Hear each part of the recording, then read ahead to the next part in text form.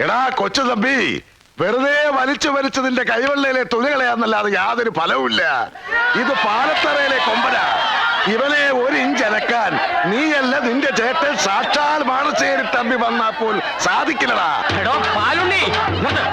വീമ്പ് പറയാനത് കോന്തനും സാധിക്കും. അതെ, നിന്നെ നിന്റെ അവിഞ്ഞ ആനെ മാടശ്ശേരിയിലെ ചുണക്കുട്ടന്മാർ വലിച്ചു തോപ്പിച്ചില്ലെങ്കിൽ എന്റെ പേര് മാടശ്ശേരി കൊച്ചു തമ്പി എന്നല്ലടാ. ആ എന്നാ വലിയടാ,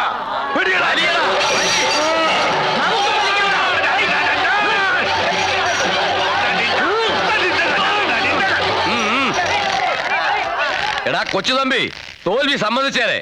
ഉത്സവത്തിനുള്ള കൊടിമരം പാലത്തറ കൊമ്പൻ തന്നെ കൊണ്ടുവരും. എടാ ശ്രീധരനുണ്ണി, നിന്റെ ഈ കുഴിയാനെ കൊണ്ട് ഉത്സവത്തിനുള്ള കൊടിമരം തൊടാൻ പോലും ഞങ്ങൾ സമ്മതിക്കല. കൊടിമരം കൊണ്ടുവരാൻ കൈക്കരുത്തുള്ള ആമ്പിള്ളേര് മാനശ്ശേരിയിലുണ്ടാ തെണ്ടി. അത്രയ്ക്ക് കരുത്തുണ്ടെങ്കിൽ വലിച്ചു തോപ്പിക്കടാ ചെത്തെ. വലിച്ചു തോപ്പിക്കൂടാ.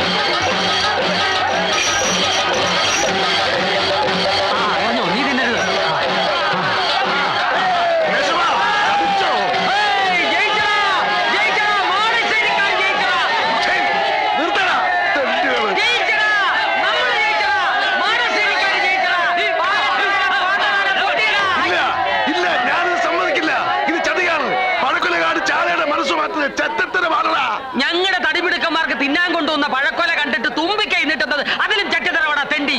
ഇനി കൊടിവരെ ഞങ്ങൾ കൊണ്ടുവരും, ഉത്സവം ഞങ്ങൾ നടത്തും, മാനശ്ശേരിക്കാരെ നടത്തും. എങ്കിൽ നടത്തി നോക്കടാ. കഴിഞ്ഞ ഉത്സവത്തിന് 3 ശവങ്ങളെ മണ്ണി വീണത് നീയും കണ്ടതല്ലേ. ഇത്തവണ ഞങ്ങൾ അത് 10 തയ്ക്കും. എങ്കിൽ ആ 10 പാലത്തറന്നായിരിക്കൂടാ. എന്നാ അത് നമുക്ക് കാണാവിടാ. നിനക്ക് കാണാൻ പറ്റൂലടാ. ആ 10 നിന്റെ ശവം ഉണ്ടായിരിക്കും. എങ്കിൽ ഉത്സവം വരെ കാക്കണ്ട, ഇപ്പൊ തന്നെ നോക്കാം. നോക്കി നിൽക്കാതെ ആനയെ വരക്കടാ.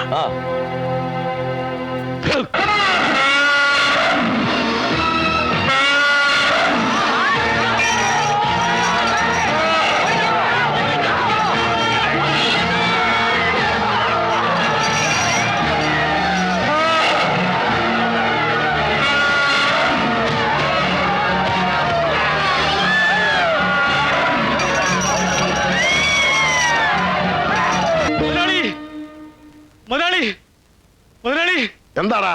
നമ്മുടെ ആന 15 പേരെ ആസ്പത്രിയിലാക്കി. ആ 15 പേരും നമ്മുടെ ആളുകളാ. താൻ പോയി ആ കരാട്ടക്കാരെയൊക്കെ ഒന്ന് ഉഷാറാക്ക്.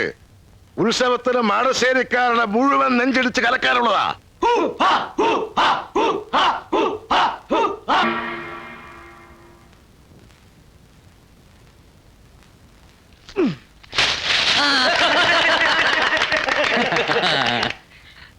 എടോ, ഉന്നമാണ് ഒരു പോലീസുകാരന്റെ ജീവിതത്തിലെ ഏറ്റവും വലിയ ലക്ഷ്യം. ഉന്നത്തെ കുറിച്ച് മഹാകവികൾ വരെ പാടിയിട്ടുണ്ട്. ഉന്നം മറന്ന് തെന്നിപ്പറന്ന പൊന്നിങ്കിലാക്കളെല്ലാം. സാറേ, ഈ ഉന്നം നോക്കുമ്പോ ഒരു കണ്ണ് അടച്ചു പിടിക്കുന്ന എന്തിനാ? എടോ, 2 കണ്ണും അടച്ചു പിടിച്ചാ പിന്നെ വല്ലതും കാണും.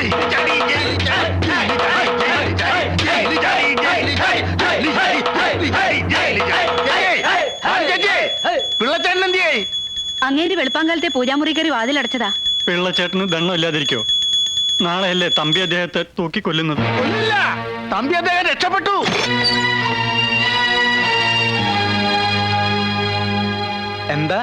എന്താ പറഞ്ഞത്? പിള്ളച്ചേട്ടാ, തമ്പി അദ്ദേഹം ജയിലിൽ നിന്ന് രക്ഷപ്പെട്ടു. പുതുക്കോട്ട ഭഗവതി, നീ എന്റെ പ്രാർത്ഥന കേട്ടൂലോ. അറിഞ്ഞാ പാലത്തറയിൽ ഗോവിന്ദ മക്കിൽ ഫോൺ വിളിച്ച് ഈ ഉത്സവത്തിന് മാടശ്ശേരി തമ്പി വരുന്നുണ്ടെന്ന് പാലത്തറക്കാരോട് പകരം ചോദിക്കാൻ. എങ്കിൽ ഈ തവണത്തെ ഉത്സവം അതിഗംഭീരമാകും.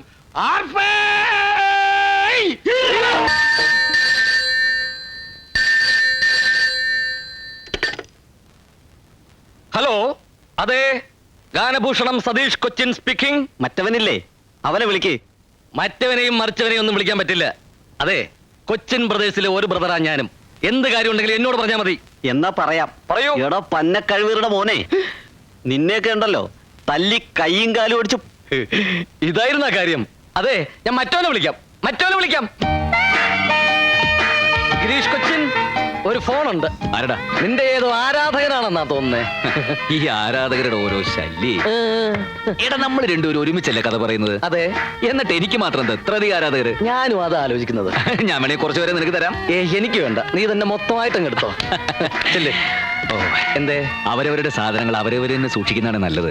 അല്ലെങ്കിൽ ചിലപ്പോ ചില ചുവന്ന ബനിയനിട്ട് തെണ്ടികൾ ബിൽക്രീം എടുത്ത് തേക്കും.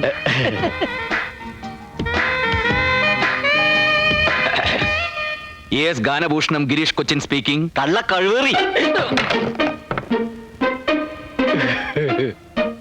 ഹലോ, ഞാൻ സോമന, കലാക്ഷേത്ര കൺവീനർ. ചേട്ടനായിരുന്നോ? ഞാൻ വിചാരിച്ച ചേട്ടനല്ലെന്ന്. മതിയടാ പറഞ്ഞത്.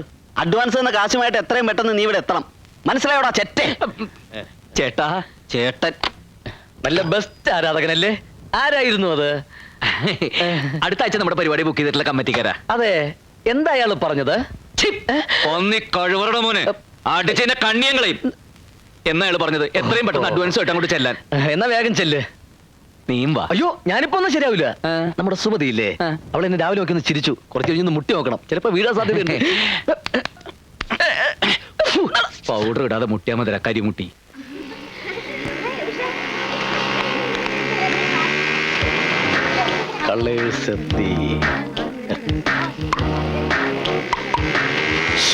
ഹലോ, എന്താടി ദേ ആ വായി നോക്കി അവിടെ നിൽപ്പുണ്ട്. കാലത്ത് കോളേജിൽ പോകുമ്പോ നിന്നിരുന്ന അതേ നിപ്പ്.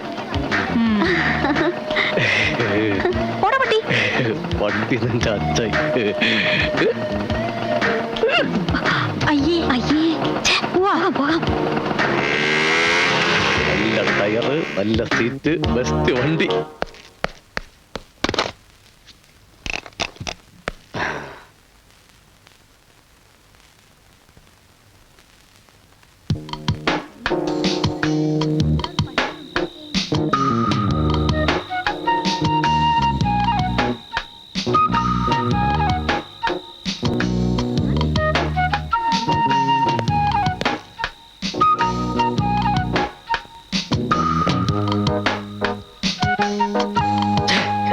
നീ ഇങ്ങനെ സങ്കല്പിച്ച് ഓരോന്നും വിളക്ക പിടിച്ച് സുഖിച്ചിരുന്നോടാ.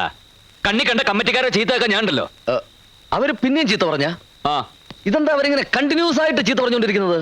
പ്രോഗ്രാം കഴിഞ്ഞിട്ടില്ലല്ലോ. കഥാപ്രസംഗം വേണ്ട, മിമിക്സ് പരേഡ് മതി എന്ന് അവർ തീരുമാനിച്ചു. എന്നാ പിന്നെ അത് പറഞ്ഞാ പോരെ? അതിനിങ്ങനെ തെറി പറയണോ? എന്റെ ഒരു നമ്പർ പൊളിഞ്ഞതാടാ. ഏത് നമ്പര്? നമ്മുടെ കഴിഞ്ഞ 10-15 പരിപാടി ഉഗ്രനായിരുന്നു എന്നും നമുക്ക് നോട്ടുമാല കിട്ടിയായിരുന്നു എന്നൊക്കെ ഞാനൊരു കാച്ചി.